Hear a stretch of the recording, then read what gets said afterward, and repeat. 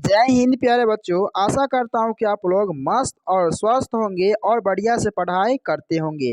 आज की इस वीडियो में हम लोग क्लास 10th का मैथ जो वीवी है कुछ ऑब्जेक्टिव है पार्ट 3 जो जो दो चर वाले रैखिक समीकरण युग्म यानी pair of linear equation two है ना वेरिएबल, इससे हम कुछ ऑब्जेक्टिव क्वेश्चन करने वाले हैं। मैंने इससे पहले है ना पार्ट 1 और पार्ट 2 का दोनों का मैंने वीडियो ऑब्जेक्टिव कंप्लीट कर चुके हैं। और अगर आप नहीं देखे हैं तो हमारे प्ले लिस्ट में जा करके वहां से वीडियो देख सकते हैं। और दोस्तों हमारे चैनल पर नए हैं तो चैनल को सब्सक्राइब अभी मत कीजिए, और वीडियो आपको अच्छा लगे तो चैनल को सब्सक्राइब जरूर कीजिएगा। आइए हम शुरू करते हैं एक एक करके क्वेश्चन को। देखते हैं आज का पहला क्वेश्चन क्या है बच्चे। पहला क्वेश्चन कहता है कि समीकरण निकाय, जो समीकरण निकाय कितना दिया गया 6x - 2y है ना, और ये प्लस 9 बराबर क्या है तो 0। फिर उसका यहाँ पर दिया गया समीकरण पूछता है इतना का आलेख दो सरल रेखाएं हैं जो क्या करती है। अब देखिए ध्यान से, इस कंसेप्ट को समझने के लिए आपको थोड़ा सा कंसेप्ट को समझना पड़ेगा।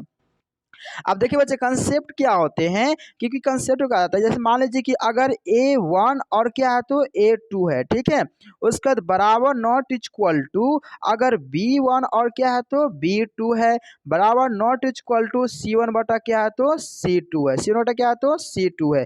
फिर देखिए ध्यान से, ये बराबर नहीं है। अब यहाँ फिर क्या कहता है कि अगर A1 और A2 है ना बराबर यहाँ पर है ना B1 बटा B2 और बराबर क्या है तो C1 बटा बच्चे C2 है, ठीक है। फिर एक और है कि अगर A1 A2 है ना ये बराबर है और B1 B2 और बराबर नहीं है C1 बटा C2 के, ठीक है। अब देखिए ध्यान से, जब ऐसा कंडीशन, इसमें तीन ही कंडीशन पढ़ना बच्चों, ध्यान रखिएगा। ये तीन कंडीशन आप याद कर लेते हैं तो इसी से क्वेश्चन को आपको जलेबी की तरह घुमा घुमा करके पूछेगा। अब देखते हैं ध्यान से, जब कोई किसी के बराबर नहीं होता, जब कोई किसी के बराबर नहीं होता है तो वह क्या कहलाता है, तो बच्चे याद रखेगा, जब कोई किसी के बराबर नहीं होता है तो वह प्रतिच्छेदी केवल एक हल और अद्वितीय होगा। क्या होगा तो याद रखिएगा, वह हो जाएगा आपका अद्वितीय हो जाएंगे। क्या हो जाएंगे बच्चे तो अद्वितीय हो जाएंगे, ठीक है, और एक हल होंगे, ठीक है, ये अद्वितीय होंगे और एक हल होंगे, है ना, कब, और प्रतिच्छेदी रेखा होंगे कब, जब सब किसी के बराबर न रहेगा तब। अब देखिए सब बराबर रहे, सब क्या हो जाए तो बराबर रहे तो वो क्या हो जाएंगे तो संपाती। क्या हो जाएंगे बच्चे तो संपाती हो जाएंगे, और इसका क्या होंगे तो अनेक हल हो जाएंगे। क्या होंगे तो अनेक हल हो जाएंगे। आगे देखिए ध्यान से, जब यहाँ पर A1 A2 बराबर है B1 B2 के और C1 C2 बराबर नहीं है तो इस कंडीशन में क्या देखा जाता है, तो इस कंडीशन में वह जो रेखा होगा वह क्या होगा तो समांतर होगा। क्या होगा तो समांतर होगा और कोई हल नहीं होगा, इसका कोई हल नहीं होगा। टोटल आपको यहाँ पर तीन कंडीशन दिया गया है और यही तीन कंडीशन से यहाँ पर आपको क्वेश्चन सारा का सारा बनने वाला है। आइए देखते हैं ध्यान से पहला कंडीशन को। अब देखिए ध्यान से बच्चे, यहाँ पर क्या दिया गया है, ये आपका हो गया A1 और ये क्या हो गया तो है ना यहाँ आपका हो गया A2 हो गया, ठीक है। अब देखिए यहाँ पर क्या है तो A1 कितना है तो 6 है, और उसके बाद देखिए ध्यान से, है ना, A2 कितना यहाँ पर 3 हो गया।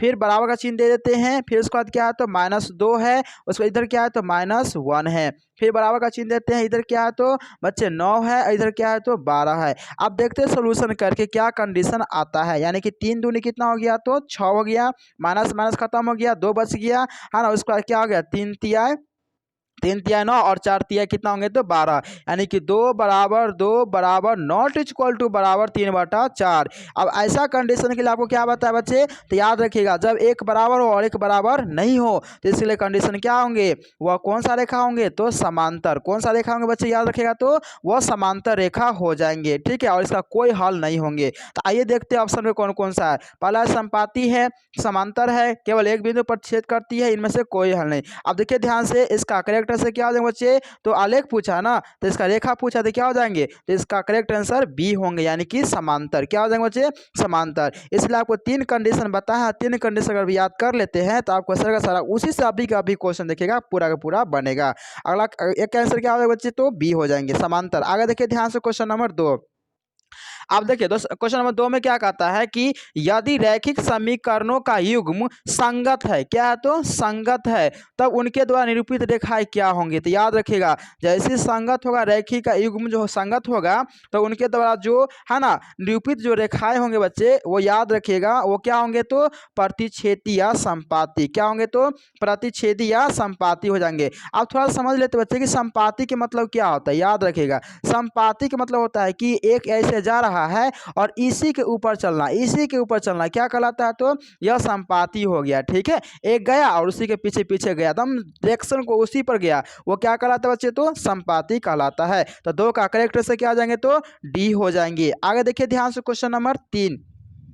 क्वेश्चन नंबर 3 में क्या कहता है कि दो चर एक्स वाई में रैखिक समीकरण युग्म, अब कितना दिया गया तो अब देखिए ध्यान से, रैखिक समीकरण क्या है, ए एक्स प्लस क्या है तो बी वाई है, उसके बाद क्या है तो प्लस सी है, और प्लस सी और बराबर क्या है तो बच्चे 0 है। ठीक है, ये आपको दे दिया गया है। कहता है वास्तविक संख्या को समुच्चय है ना में कितने हल होंगे। तो याद रखिएगा, यानी कि एक चर वाला है ना, तो याद रखिएगा इसमें हल जो होंगे बच्चे वो याद रखिएगा 1 2 3 नहीं, कोई नहीं होंगे, यानी कि इनमें से कोई नहीं, इसका कोई हल नहीं होंगे। ठीक है, तो इसका करेक्ट आंसर 3 का क्या हो जाएंगे तो डी हो जाएंगे। आगे देखिए ध्यान से क्वेश्चन नंबर 4। क्वेश्चन नंबर 4 में क्या कहता है कि रैखिक समीकरण के जो रैखिक समीकरण है वो चर के घात की संख्या कितने होते हैं। तो याद रखिएगा चर क्या होते हैं और चर क्या होते हैं। अब देखिए ध्यान से बच्चे, हम चर के बारे में थोड़ा सा बताते हैं। चर जो होते हैं आप समझते होंगे कि एक्स वाई जेड, ए से लेकर के है ना जेड तक, और छोटा ए से लेकर छोटा जेड तक, ये जितने भी लेटर होते हैं सब के सब क्या कहलाते हैं चर। और चर का मान ज्ञात नहीं होता है, चर का मान ज्ञात नहीं होता है, कुछ भी हो सकता है। ठीक है, और इसका घात कितना होता है हमेशा, तो याद रखिए इसका घात हमेशा कितना होता है बच्चे तो 1 होते हैं। कितना घात होंगे तो 1 होंगे। और इसका उल्टा क्या होता है तो बच्चे अचर। अचर क्या होते हैं ध्यान रखिएगा, जिसमें एक्स वाई जेड जो भी है एबीसीडी का लेटर वो लगा नहीं हो, जिसका मान ज्ञात हो, जिसका मान क्या बच्चे तो ज्ञात हो, जैसे कि 5 फिक्स है कि 5 है, इसको कह सकते हैं ये क्या हो गया तो अचर हो गया। ठीक है, तो यहाँ पर यह कहता है क्वेश्चन में कि यहाँ पर बताने लिए कहता है कि चर के घात कितने होते हैं। तो याद रखिए बच्चे चर के घात हमेशा क्या होंगे 1 होते हैं। क्या होते हैं तो चर के घात हमेशा 1 होते हैं। ठीक है, तो इसका करेक्ट से 4 का क्या हो जाएगा तो ए हो जाएंगे। आगे देखिए ध्यान से क्वेश्चन नंबर 5। क्वेश्चन नंबर 5 में क्या कहता है ध्यान से देखिएगा कि रैखिक समीकरण युग्म, जो रैखिक समीकरण युग्म जो होता है इतना फिर दे दिया है, इसके हल होंगे। तो ऐसा क्वेश्चन को बनाने के लिए आप सबका मान यहाँ पर रख लीजिए, है ना, जो समीकरण को संतुलित कर देगा वह इसका हल होगा। पहला देखिए हम डालता हूँ, पहला यहाँ पर क्या है, पहले हम समीकरण को लिख लेते हैं। समीकरण क्या बच्चे तो 5x प्लस क्या है तो 2y है, और बराबर कितना है तो 16 है। यहाँ पर हम मान डालते हैं, सबसे पहले पहला x का मान क्या 2 डालते हैं, 5 दूनी कितना हो जाएगा तो 10 हो जाएंगे। ये y का मान क्या 3 डालते हैं, 3 दूनी कितना 6 है ना, बराबर 16। देखिए 16 बराबर 16 आ गया, यानी कि पहला समीकरण क्या कर दिया तो संतुष्ट कर दिया। अब देखते हैं दूसरा समीकरण। दूसरा समीकरण क्या है तो 7x है, क्या बचे 7x है, और माइनस क्या है तो 4y है, बराबर क्या है तो 2 लाना है, यानी कि 7x। अब देखिए x का मान कितना डालेंगे तो 2, यानी कि 7 दूनी 14। अब 4 के मान डालेंगे 3, यहाँ y का मान डालेंगे 3, तो 4 तियाई 12, यानी कि 2 घटा दीजिए 2, यानी 2 बराबर 2, यानी संतुलित कर दिया। तो इसका करेक्टर से क्या हो जाएंगे तो ए ही हो जाएंगे, क्या होंगे तो ए हो जाएंगे। ठीक है, तो 5 का करेक्टर से क्या हो जाए तो याद रखिएगा ए होंगे। आगे देखिए ध्यान से क्वेश्चन नंबर 6। क्वेश्चन नंबर 6 में क्या कहता है कि ध्यान से देखिएगा कि यदि 3x माइनस 5y बराबर 0 है और 9x माइनस 15y बराबर क्या है तो 0 होते x और y के मान होंगे। आप देखिए x y के मान क्या होंगे, तो इसको बनाने के लिए तरकीब क्या होगा बच्चे याद रखिएगा। फिर उसी तरीके से क्या कीजिए, इसका मान यहाँ पर रखिए, कौन किसको संतुलित करता है वही क्या हो जाएंगे तो आपका आंसर हो जाएंगे। तो याद रखिएगा है ना, एक डालिए तो यहाँ पर 3 का 3, और यहाँ डालिए y का मान 1 0 नहीं है, 0 नहीं आ रहा, ये पहला क्या हो गया तो गलत हो गया है ना। बी वाला डाल के देखिए 0 0 है ना 0 y, यानी कि ये तो पूरा पूरा क्या कर रहा है कट रहा है। इसका आंसर क्या हो जाएंगे तो याद रखिएगा बी हो जाएंगे। क्या हो जाएंगे तो बी हो जाएंगे। आगे देखिए ध्यान से क्वेश्चन नंबर क्वेश्चन नंबर 7 में क्या कहता है, एक रैखिक समीकरण है ना, एक रैखिक समीकरण का घात होगा। एक रैखिक समीकरण का घात कितना होगा बच्चे, तो याद रखिएगा रैखिक जैसी बोलेगा ना, इसको इंग्लिश में बोलते हैं लीनियर, क्या बोलेंगे तो लीनियर बोलते हैं इक्वेशन। जैसे ही लीनियर इक्वेशन रैखिक समीकरण आता है आप समझ जाइएगा कि इसका घात कितना होगा, तो एक होगा। कितना घात होगा बच्चे, तो याद रखिएगा एक होगा। यानी कि 7 का करेक्ट से क्या हो जाएंगे, तो सी हो जाएंगे। क्या होंगे, तो सी हो जाएंगे। आगे देखिए ध्यान से क्वेश्चन नंबर 8। क्वेश्चन नंबर 8 में क्या कहता है, वो ध्यान से देखिएगा कि युगपत समीकरण इतना दिया गया है, इतना दो समीकरण दिया गया, इसका निकाय कहता है बताने के लिए, है ना। आप देखिए फिर से वही कंडीशन को अप्लाई करेंगे, है ना। 3 कंडीशन बताए थे, फिर से देखिए ये आपका A1 हो गया, ये क्या हो गया आपका A1 हो गया, ये क्या हो गया आपका A2 हो गया, ये आपका हो गया B1, ये क्या हो गया आपका B2 हो गया, ये आपका C1, ये क्या हो गया तो आपका ये C2 हो गया। अब देखिए ध्यान से उसी मान को यहाँ पे क्या करेंगे, रखेंगे 2 बटा कितना लिखेंगे, तो हम 2 बटा लिखेंगे 4, फिर बराबर का चिन्ह दे देते हैं। फिर उसके बाद क्या 3 बटा क्या लिखेंगे बताइए, तो 3 बटा हम लिखेंगे, है ना 6, क्या लिखेंगे तो 6 लिखेंगे, फिर बराबर का चिन्ह देंगे। 5 बटा क्या लिखेंगे, तो याद रखिए 9। मैंने बराबर का यहाँ पर चिन्ह भले ही दे दिया है, मगर इसको प्रूव करना है कि कटता है कौन कौन, है ना। 2 से 2 यहाँ कट गया, अब 3 दूनी 6 हो गया। अब देखिए A/2 हो गया बराबर है 1/2 हो गया, ये तो बराबर आपका हो गया, मगर 5/9 ये बराबर हुआ नहीं हुआ। जब एक ये ए और ये बराबर होता है और एक बराबर नहीं होता है, इसके लिए कंडीशन हम क्या बताए बच्चे, तो याद रखिए इसके लिए कंडीशन जो बताया है वो क्या होंगे, समांतर रेखा। क्या होंगे, समांतर रेखा, और इसका कोई हल नहीं होंगे, इसका कोई हल नहीं होंगे, ठीक है। तो ये कंडीशन मैं आपको बता चुका हूं, ठीक है। और ये क्या होंगे याद रखिएगा, तो असंगत। क्या हो जाएंगे तो बच्चे, असंगत हो जाएंगे। अब देखते हैं ऑप्शन में कौन है। अब देखिए यहाँ पे दिया गया असंगत है, द्वितीय हल है ना। उसके बाद तो इसका करेक्ट आंसर क्या हो जाएंगे, डायरेक्ट मार दीजिए, इसका करेक्ट आंसर क्या होंगे, तो असंगत। क्या हो जाएंगे, तो इसका करेक्ट आंसर हो जाएंगे असंगत होंगे, यानी 8 का करेक्ट आंसर ए हो जाएंगे। आगे देखिए ध्यान से क्वेश्चन नंबर 9 में क्या कहता है, क्वेश्चन नंबर 9 में कहता है, ध्यान से देखिएगा कि के किस मान के लिए, ये के किस मान के लिए समीकरण x प्लस वाई बराबर 7 और इतना है, तो ये संपाती हो जाएंगे। आप देखिए ध्यान से बच्चे, है ना, संपाती के लिए यहाँ पर आप लोगों को बताया गया था। क्या बताया गया था बच्चे, तो याद रखिएगा संपाती के लिए कंडीशन क्या होता है कि सब के सब बराबर होना चाहिए। क्या होना चाहिए, सब के सब बराबर होना चाहिए। देखिए जैसे संपाती बोल दिया तो उसके लिए क्या होंगे कंडीशन, है ना, A1 बटा क्या होंगे A2, है ना, B1 बटा क्या हो जाएंगे तो B2, है ना, और C1 बटा क्या आ जाएगा बच्चे, तो C2। ये कंडीशन किसके लिए होता है, संपाती के लिए। जैसे संपाती हो रहा है ये कंडीशन आपको अप्लाई कर देना है। और के का मान यहाँ पूछता है ना, सब का मान रख दीजिए, है ना। A1 कितना है 1 है, उसका देखिए उधर क्या है तो A2 2 है, फिर बराबर इधर क्या है तो 2 है, फिर क्या बच्चे याद रखिएगा, तो फिर इसका क्या मान होगा, तो इसका मान यहाँ पे क्या दिया है तो के है, तो यहाँ क्या रख देते हैं के दे देते हैं। फिर बराबर C1 कितना बच्चे याद रखिएगा, तो यहाँ C1 कितना है तो 14 है, यहाँ क्या 7 है, तो पहले 7 को लिख देते हैं, उसके बाद क्या लिख देते हैं 14 को लिख देते हैं। कोई एक को बराबर कर लीजिए, हम ये इसी को बराबर कर लेते हैं, ठीक है। इसको बराबर कर लेते हैं, के का मान निकाल लेते हैं, इसमें से गुना कीजिए के और इसमें से गुना कीजिए, दूना 4, यानी के का मान कितना आ गया बच्चे, तो याद रखिएगा 4 कितना होगा, तो इसका के का मान बच्चे तो याद रखिएगा हो जाएगा 4, यानी 9 का करेक्ट आंसर क्या हो जाएंगे तो सी। क्या हो जाएंगे तो सी। मैं बार बार कहता हूँ बच्चे, मैथ एक ऐसा चीज होता है ना जिसे रटा नहीं जाता है, समझ कर बनाया जाता है। अगर एक बार समझ लिए ना, हम यहाँ पर जो आपको ऑब्जेक्टिव के माध्यम से सब्जेक्टिव भी बताने का प्रयास करता हूँ, अगर सीख लेते हैं ना तो आपको सब्जेक्टिव भी यहाँ से कंप्लीट हो जाएगा, ऑब्जेक्टिव तो होगा ही तो होगा, ठीक है। तो 9 का करेक्ट आंसर क्या आ जाएगा बच्चे, तो सी हो जाएंगे। आगे देखिए ध्यान से क्वेश्चन नंबर 10। क्वेश्चन नंबर 10 में क्या कहता है, ध्यान से देखिएगा, फिर कहता है के, है ना, के किस मान के लिए इतना इतना संपाती रेखा का प्रदर्शित करता है। सेम टू सेम क्वेश्चन है, आप सेम टू सेम क्वेश्चन अपने से बनाने का प्रयास कीजिएगा।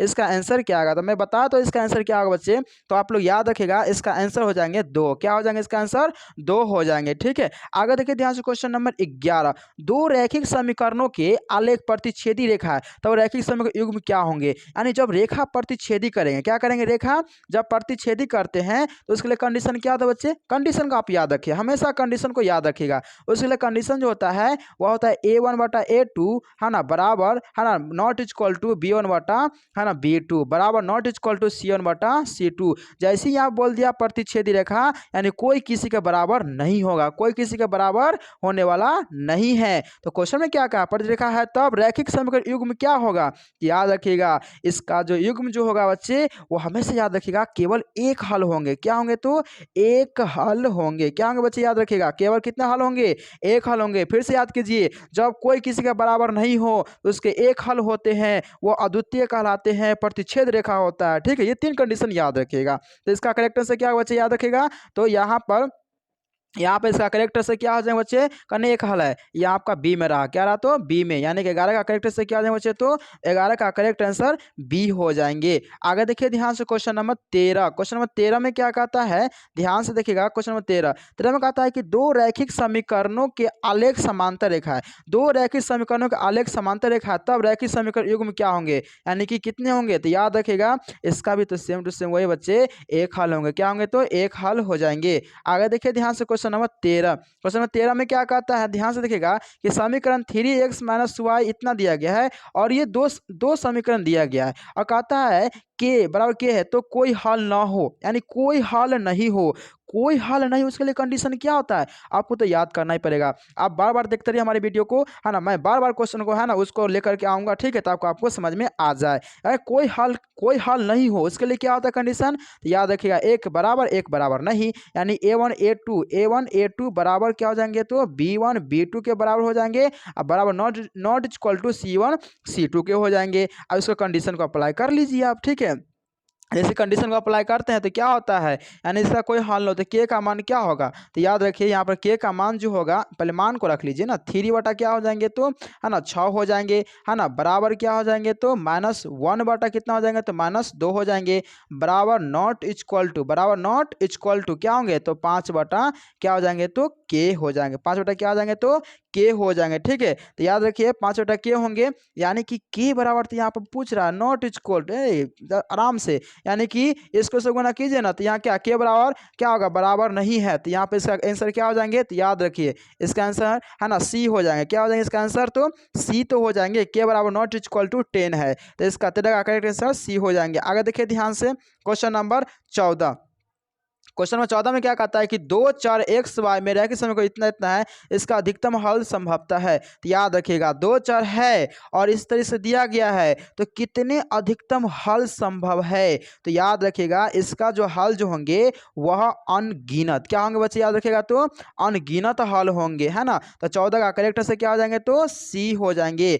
आगे देखिए ध्यान से क्वेश्चन नंबर 15 में क्या कहता है कि समीकरण युग्म जो है 2x + 3y = 5 है और 4x + 100y = 15 है। ये दो समीकरण आपको दे दिया बच्चे, ठीक है, और कहता है कि समीकरण युग्म क्या होंगे, अद्वितीय हल होंगे, अनंत होंगे, तो भाई इसके लिए तो बनाना ही पड़ेगा। आप ऐसा अंदाजी तो कर नहीं सकते हैं, आप देखते बनाते हैं, यानी कि 2 बटा क्या होंगे, है ना, 2 बटा क्या होंगे तो 4 होंगे, क्या 2 बटा 4 कर देते हैं, फिर बराबर क्या है तो 3 बटा, ये 3 बटा क्या कर देते हैं तो 6, क्या कर देते बच्चे 6, फिर बराबर क्या है तो 5 बटा क्या कर देते हैं तो 15, क्या आता है तो 5 बटा है ना क्या है तो 15। अब देखिए काट के 2 दूनी 4, 3 दूनी 6, 5 तिहाई 15। अब देख सकते हैं 1/2 बराबर है ना, 1/2 बराबर मरी बराबर नहीं है ना, क्या 1/3, यानी 1/2 बराबर नॉट इक्वल टू 1/3 है। अब देखिए जब ऐसा कंडीशन होता है तो क्या सिखाएं आपको तुरंत कि यह रेखा क्या होंगे, है ना, समांतर होंगे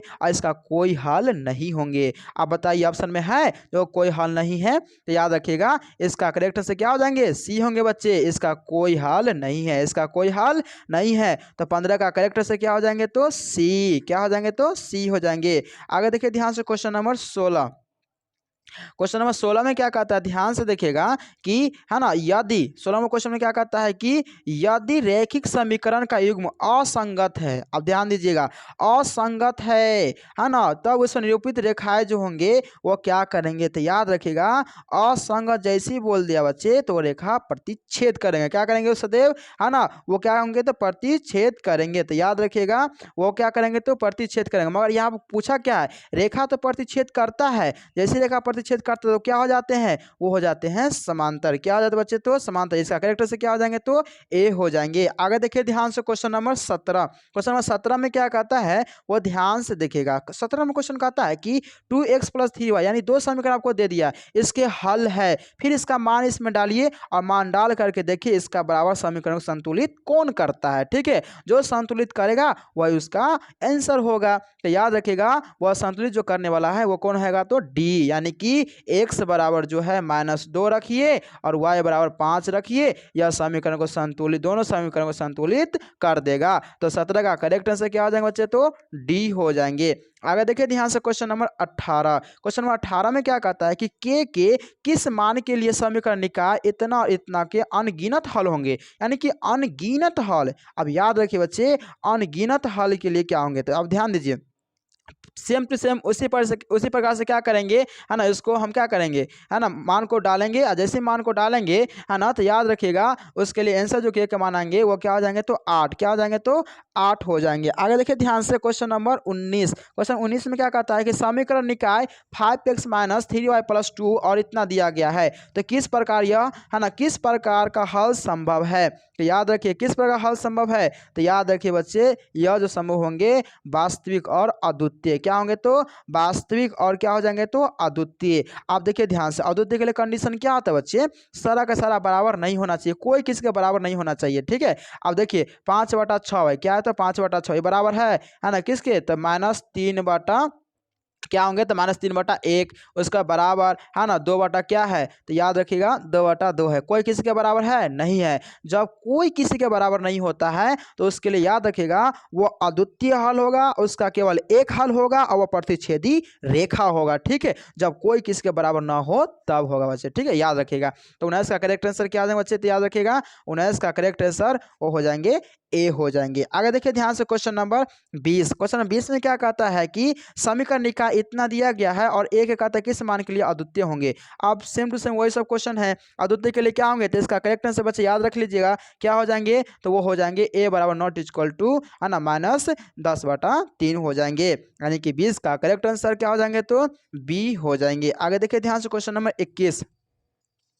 क्वेश्चन नंबर 21 में क्या कहता है कि समीकरण निकाय इतना और इतना है तो अद्वितीय हल के लिए क्या होगा, यानी अद्वितीय। देखो मैं आपको मतलब क्या किया है, मतलब उस तरीके से जो मैंने बताया था उसी टाइप से क्या किया यहाँ पर, है ना, इसका रूप को स्टैंडर्ड फॉर्म को यहाँ पर दे दिया, यानी कि मानक रूप को यहाँ पर दिया है। तो आप देखिए ध्यान से, अद्वितीय हल जैसे ही कहता है आप पकड़ लीजिए, जैसे अद्वितीय हल कहेगा तो कोई किसी के बराबर नहीं होगा, यानी कि a1 a2 बराबर नहीं होना चाहिए b1 b2 के, यानी कि a1 a2 के नॉट बराबर इक्वल टू b1, है ना, b2 के बराबर नहीं होना चाहिए। आप देखिए ऐसा ऑप्शन किससे मिल रहा है, तो याद रखिए ये मिल रहा है आपका, किस में मिल रहा है, तो याद रखिए वो मिल रहा है सी में। किस में मिल रहा है, तो सी में मिल रहा है, यानी कि 21 का करेक्ट से क्या आ जाएंगे बच्चे, तो सी हो जाएंगे। आगे देखिए ध्यान से क्वेश्चन नंबर 22।